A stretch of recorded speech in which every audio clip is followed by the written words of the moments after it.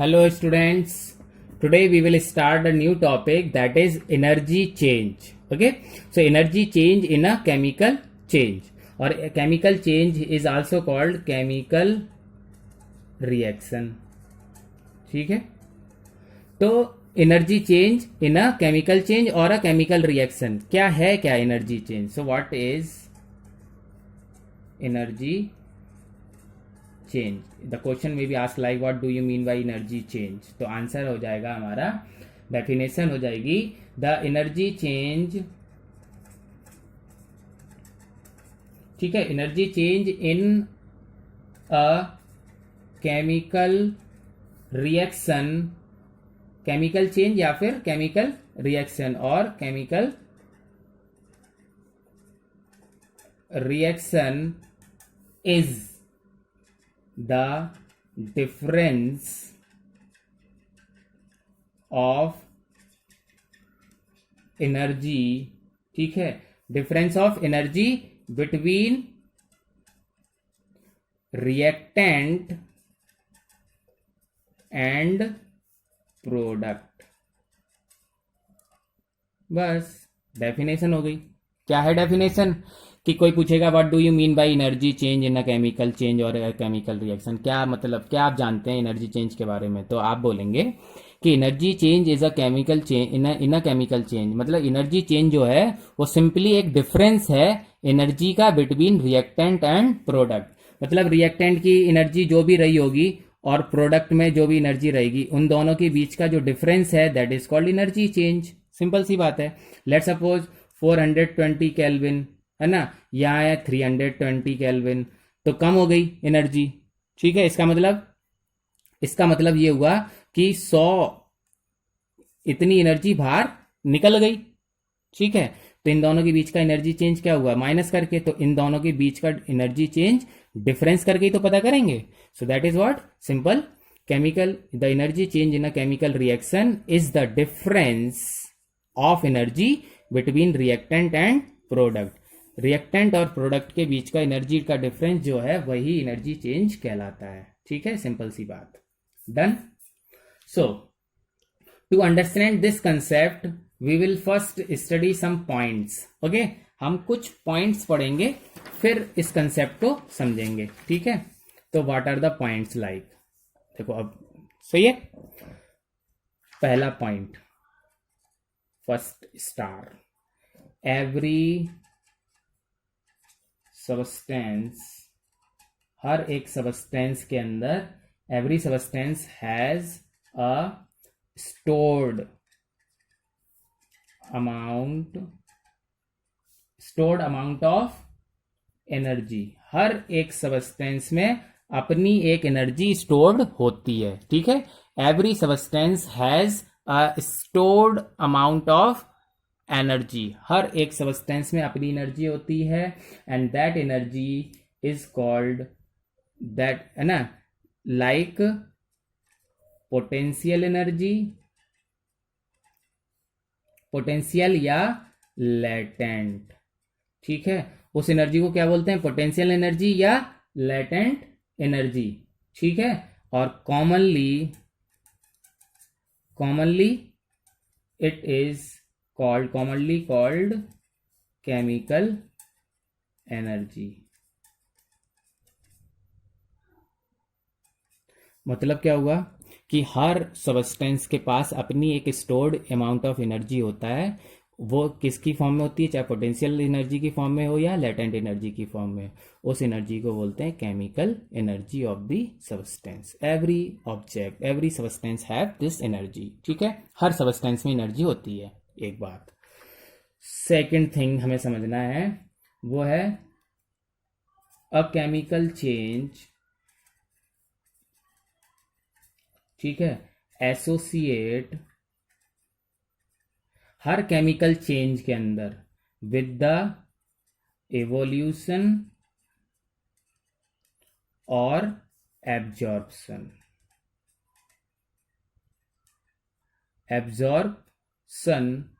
Okay, evolution और absorption of energy.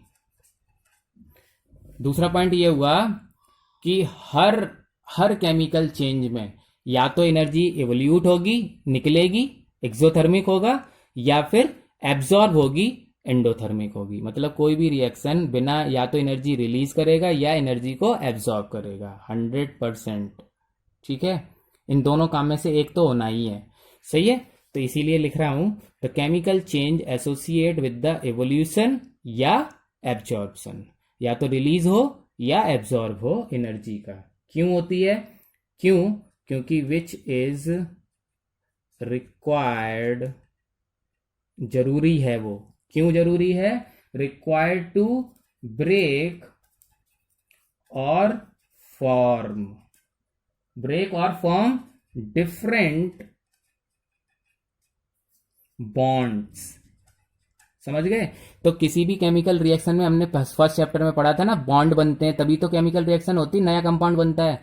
तो bond break हो या फॉर्म हो, उस टाइम पर एनर्जी की कभी रिलीज होती है या एब्जॉर्ब होती है। ठीक है, तो every chemical change associate with the evolution of energy, या फिर एवोल्यूशन होगा या एब्जॉर्प्शन होगा। क्यों होगा?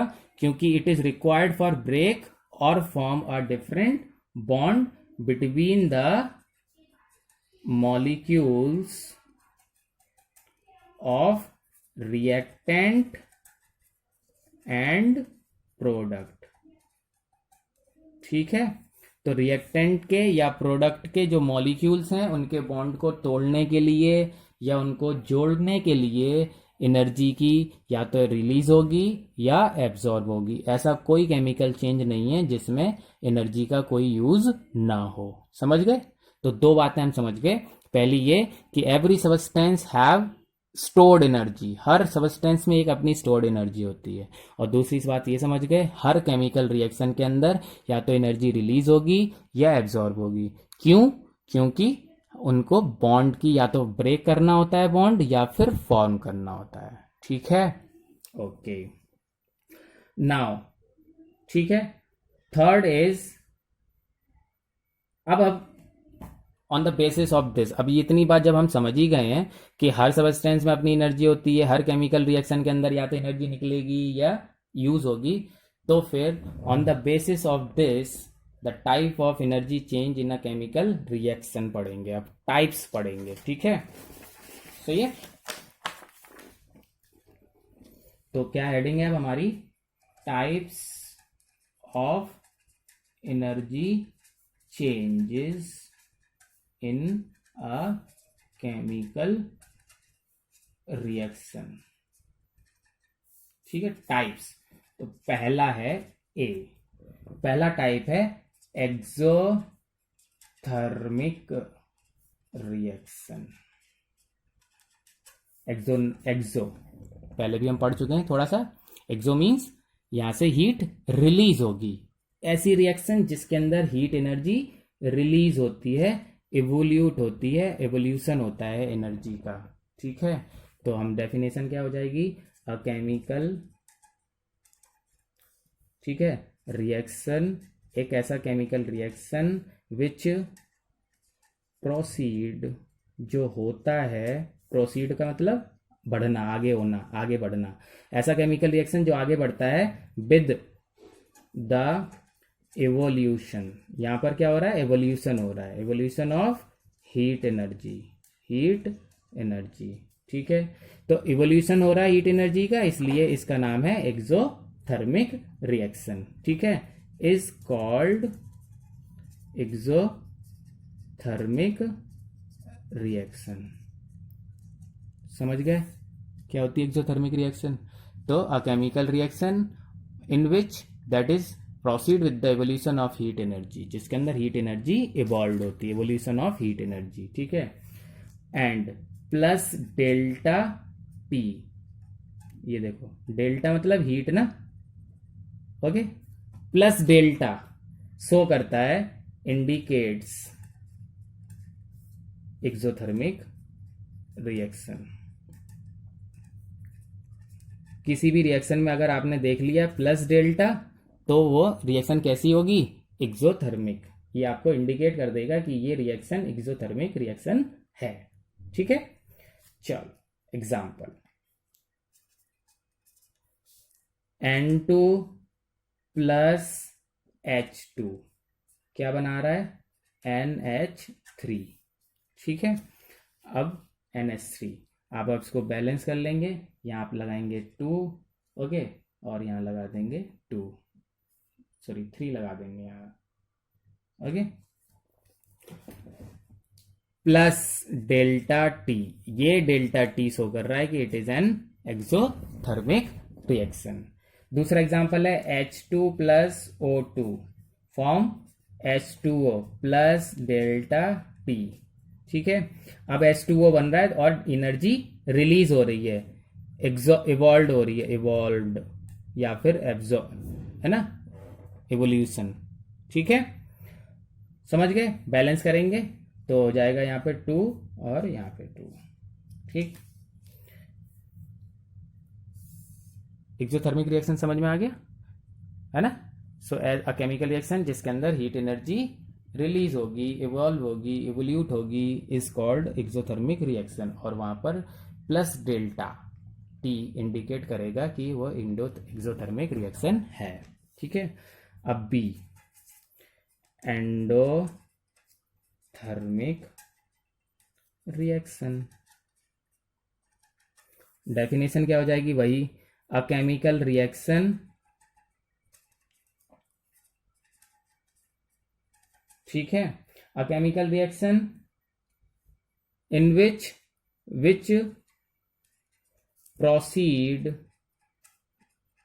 विद द एब्जॉर्प्शन, यहां वर्ड हो जाएगा एब्जॉर्प्शन, यहां क्या था, इवोल्यूशन तो एक्सोथर्मिक, एब्जॉर्प्शन तो एंडोथर्मिक। ठीक है, absorption of heat energy, absorption of heat energy is called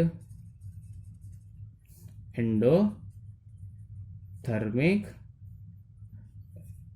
reaction. ठीक है, एंडोथर्मिक रिएक्शन कहलाएगा। यहां क्या होगा, minus delta T indicate endothermic reaction. ठीक है, minus delta T, plus delta T है तो एक्सोथर्मिक, माइनस है तो एंडोथर्मिक। ठीक है,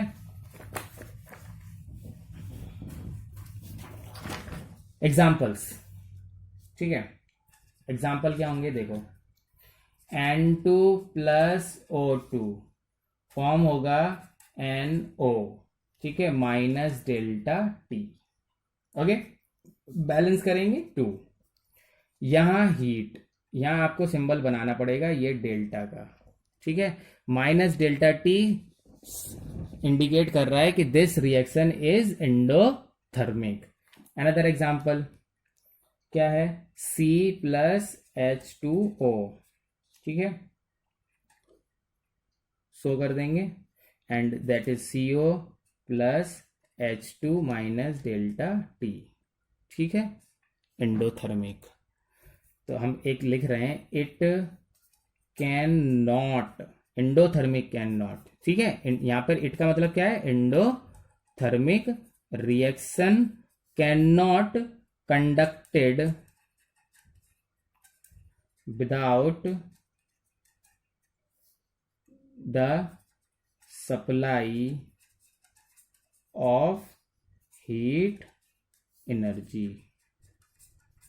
समझ गए, क्योंकि इंडोथर्मिक है ना, तो हीट एनर्जी जब तक अंदर जाएगी नहीं तब तक रिएक्शन नहीं होगी।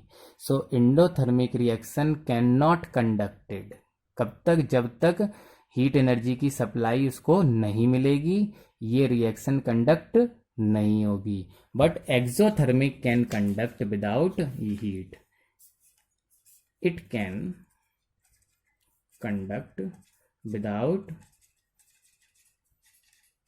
हीट, ये विदाउट हीट कंडक्ट हो जाती है, बट ये विदाउट हीट कंडक्ट नहीं होगी। समझ गए, so it can not conduct without heat. Done, चलो सी, थर्ड आता है, दैट इज फोटोकेमिकल रिएक्शन। क्या है, photochemical reaction. Photo chemical reaction. Photo means होती है लाइट, क्लियर बात है। फोटो का जब तक आपको मतलब समझ में आएगा, लाइट इसका मतलब हुआ यहाँ पर हीट एनर्जी, और हीट एनर्जी की बात नहीं कर रहे हैं, यहाँ पर हम कर रहे हैं लाइट एनर्जी की बात, ठीक है। तो रिएक्शन की डेफिनेशन हो जाएगी अ केमिकल रिएक्शन, ठीक है, विच प्रोसीड, ठीक, विद द एब्जॉर्प्शन। अब देखो लाइट एनर्जी निकलेगी तो है नहीं है ना, एब्जॉर्ब ही तो होगी। तो with the absorption of light energy, ठीक है। ऐसी केमिकल रिएक्शन जिसमें लाइट एनर्जी का एब्जॉर्प्शन हो रहा है is called photo chemical reaction, ठीक है। उस रिएक्शन को बोलेंगे photochemical reaction, clear. Example, everyone knows about photosynthesis. Photosynthesis उसके नाम में ही पर लिखा है फोटो, लाइट की सिंथेसिस, है ना। Plant make their foods with the help of photosynthesis process, है या okay. So here it is CO2 plus H2O in the presence of chlorophyll and sunlight, ठीक है। तो 6CO2 6H2O क्या बनाएगा, C6H12O6 plus 6O2 plus 6H2O। सब जानते हैं ये वाली इक्वेशन, फोटोसिंथेसिस। तो फोटो लाइट का यूज हो रहा है, that energy that type of chemical reaction is called photochemical reaction, ठीक है। दूसरा एग्जाम्पल है, बहुत इंपॉर्टेंट है, फिर से समझते हैं। H2 ओके प्लस Cl2 क्या होगा, सनलाइट, ठीक है। क्या फॉर्म करेगा, 2HCl, समझ गए। H2 प्लस Cl2 सनलाइट की प्रेजेंस में HCl बन जाता है, ठीक। अगर सनलाइट कम है, ठीक है, ओके, तो रिएक्शन जो है वो स्लो होगी, कब, इन डिफ्यूज लाइट। जब लाइट कम होगी तो रिएक्शन स्लो होगी, और फास्ट होगी रिएक्शन कब, इन सनलाइट, सही है। जब सनलाइट प्रॉपर सनलाइट होगी तो रिएक्शन फास्ट होगी, और डिफ्यूज लाइट होगी मतलब सनलाइट नहीं है कोई, वैसे ही सिंपल लाइट है, ट्यूबलाइट की, ये बल्ब की, है ना, CFL की, हेलोजन की, किसी की भी लाइट है तो स्लो है, और प्रॉपर सनलाइट है तो फास्ट रिएक्शन है, ठीक है। इतनी बात समझ में आ गई, okay. Another example of photochemical reaction, AgBr, ये क्या है, सिल्वर सॉल्ट, इसको क्या बोलते हैं, सिल्वर सॉल्ट, ठीक है। तो silver salt when comes in the contact with sunlight क्या हो जाएगा, Ag2Br प्लस Br2, ठीक है। AgBr सिल्वर सॉल्ट था, रहेगा तो सिल्वर सॉल्ट, बस उसकी फॉर्मेशन डिफरेंट हो जाएगी, ठीक है, बात समझना, ठीक।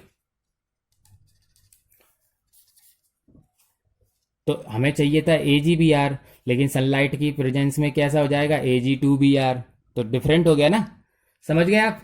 तो इसीलिए यहां पर है रीजन, ओके, कि दैट इज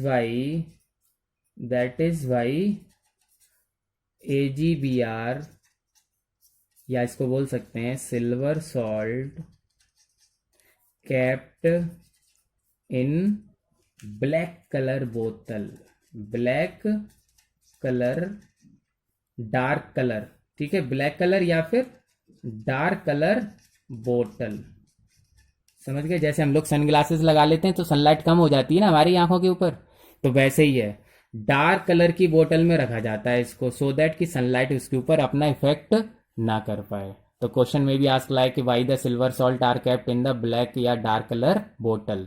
तो क्यों रखा जाता है कि सिल्वर सॉल्ट को डार्क कलर बोतल में क्यों रखा जाता है, क्योंकि ये सनलाइट से रिएक्शन करके चेंज ना हो जाए, ठीक है, इसलिए silver salt are kept in the dark color bottle to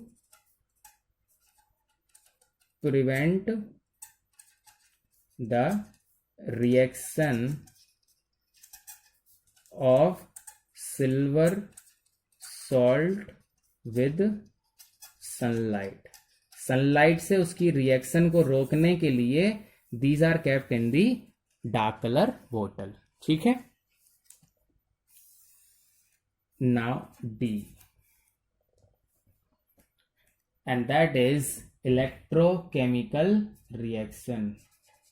Electrochemical reaction चौथी पढ़ रहे हैं हम, है ना।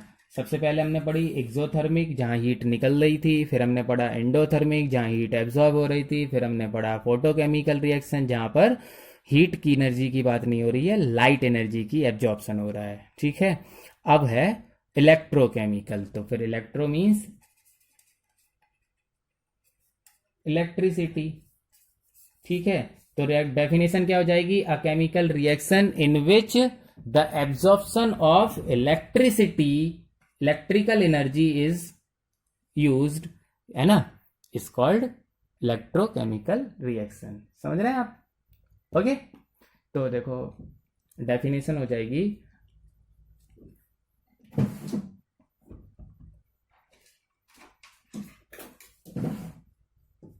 a chemical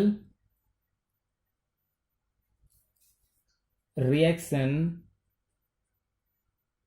ठीक है, which